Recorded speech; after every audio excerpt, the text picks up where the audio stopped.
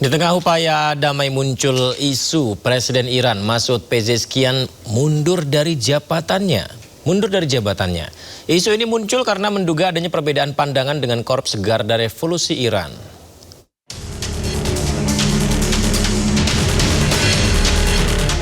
Presiden Iran Masoud Pezeshkian diisukan mengundurkan diri dari jabatannya.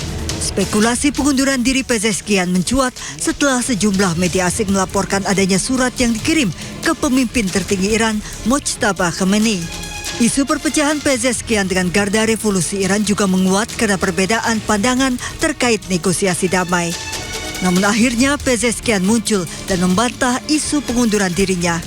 Pezeshkian menyebut isu pengunduran dirinya sangat tidak berdasar dan ia akan terus bekerja untuk Iran.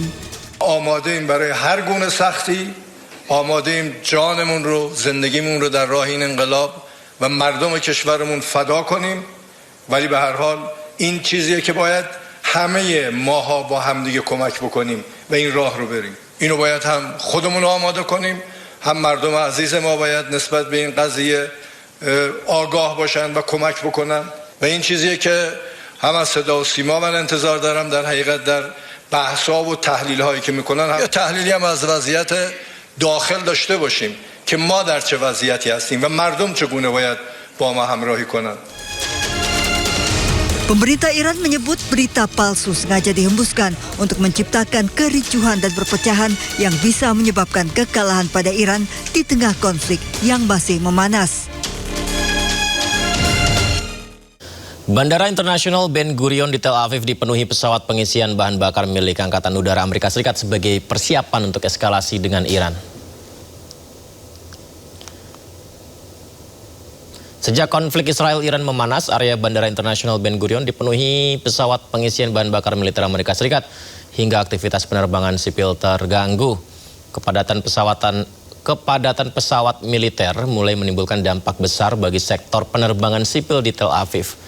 Pemirsa, situasi seperti ini menunjukkan konflik modern dapat mengaburkan batas antara fasilitas sipil atau fasilitas militer. Selain itu, penggunaan bandara sipil ini menunjukkan tekanan besar yang dihadapi Israel akibat perang berkepanjangan.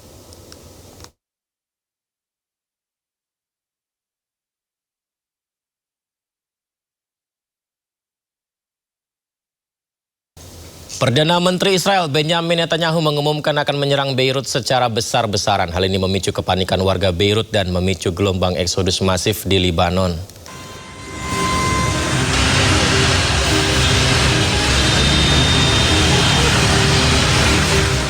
Senin pagi warga kawasan Dahiyeh Beirut Selatan Lebanon panik.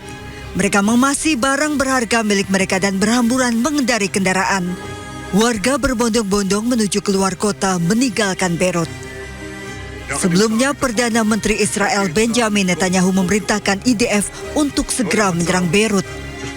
Netanyahu juga memerintahkan Beirut segera dikosongkan sebelum serangan dimulai.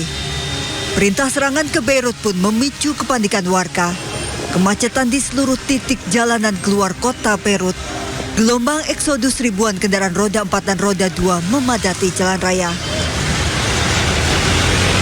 Bahkan sejumlah mobil bak terbuka terlihat mengangkut barang milik warga. ما يفكر نتنياهو ولا يفكر ترامب انه بس بمقنعنا من الضاحيه انه هو انتصر. نحن بنطلع اليوم وبنرجع بنطلع بكره واللي بعده بنضل نطلع من اليوم لاخر يوم بحياتي بضل اطلع وما يفكر انه انتصر. انا فدا هالبيئه وفدا هالخط لاخر يوم ولاخر نفس. مخططين انه يا رئيس الدولة اللي تساعدني ومقدم على كثير جمعيات وما حدا ساعدني ابدا وشايف انت الوضع كيف انا هي سو انا لا ما عندي حدا هون ابدا او يسافروا. Warga pun mendirikan tenda di sejumlah lokasi, khawatir keselamatan diri mereka terancam jika Israel menyerang Beirut.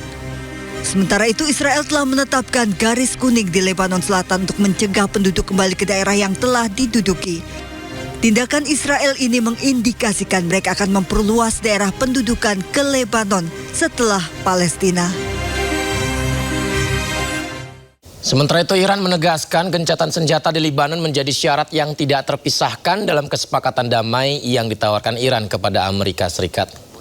کردیم و کماکان تأکید داریم بر این نکته که آتش بس در لبنان بخش لاینفک که هر گونه آتش بس و هر گونه توافق نهایی برای خاتمه جنگ هست. این فقط رژیم صهیونیستی نیست که مرتکب نقض آتش بس داره میشه به این شکل گسترده. آمریکا هم در منطقه ما، نمونهش رو همین امروز عرض کردم، مرتکب نقض آتش بس داره میشه.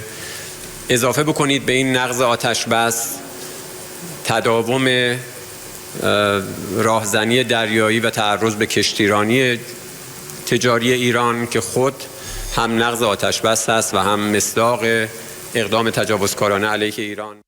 4 tentara militer Israel dilarikan ke rumah sakit di Haifa setelah menderita luka serius dalam pertempuran sengit melawan Hizbullah di Libanon.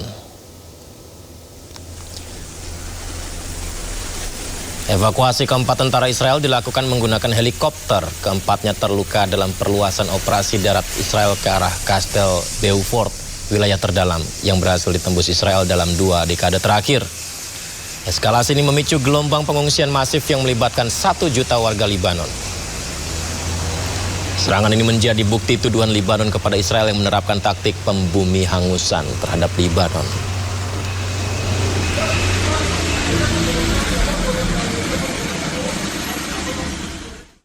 Sebaliknya tentara Israel panik berlarian usai drone perlawanan dari pejuang Hizbullah meledak di dekat Beit Hillel, Israel Utara. Tak hanya itu, 4 warga Israel juga dilaporkan terluka akibat serangan pesawat tak berawak.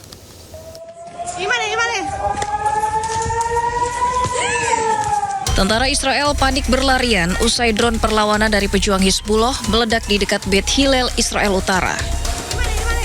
Tak hanya itu, 4 warga Israel juga dilaporkan terluka akibat serangan pesawat tak berawak yang terjadi pada hari Minggu. Tim medis mengevakuasi korban luka ke rumah sakit terdekat. Petugas kepolisian juga masih berjaga di lokasi mengamankan sebuah kendaraan yang hancur. Laporan yang diterima bahwa sebuah drone Hizbullah yang bermuatan bahan peledak menghantam lokasi tersebut.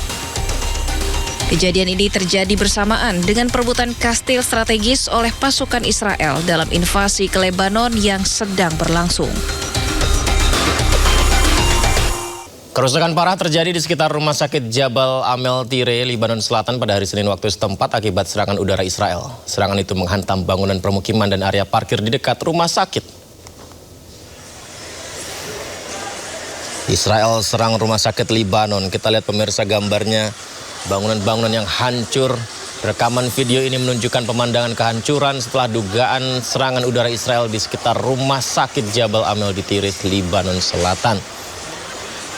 Bangunan yang hancur, kerusakan di mana-mana, toko-toko terlihat sudah tidak ada bentuknya ya, rata dengan tanah. Sementara tim ambulans dan penyelamat dikerahkan ke lokasi kejadian dengan alat berat bekerja membersihkan puing-puing dan membuka kembali jalanan. Pemirsa, rekaman ini menunjukkan kerusakan di dalam rumah sakit Jabal Amel, sementara staf medis terus merawat korban luka dan membersihkan puing berserakan di koridor rumah sakit juga. Media lokal dilaporkan bahwa beberapa orang tewas dan 23 orang luka-luka dalam serangan yang menghantam sebuah bangunan tempat tinggal dan tempat parkir di dekat rumah sakit Jabal Amel. Listrik padam di unit perawatan intensif dan kerusakan pada infrastruktur rumah sakit.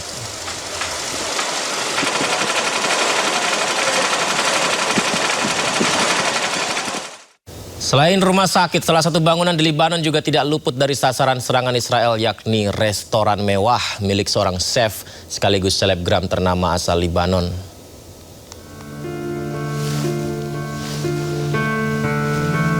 Ya, serangan dan peperangan selalu mengakibatkan korban dari sipil. Akun restoran Ark Al-Mauluk milik chef Hussein Fayyad mengunggah foto udara bangunan restoran sebelum dan sesudah serangan Israel. Kita lihat bangunan yang sangat indah, dilengkapi kolam renang dan pelayanan yang juga sangat luar biasa. Ini semua tinggal kenangan karena sudah rata dengan tanah setelah diserang Israel. Restoran yang juga resort ini menjadi salah satu bangunan paling ikonik di wilayah Libanon.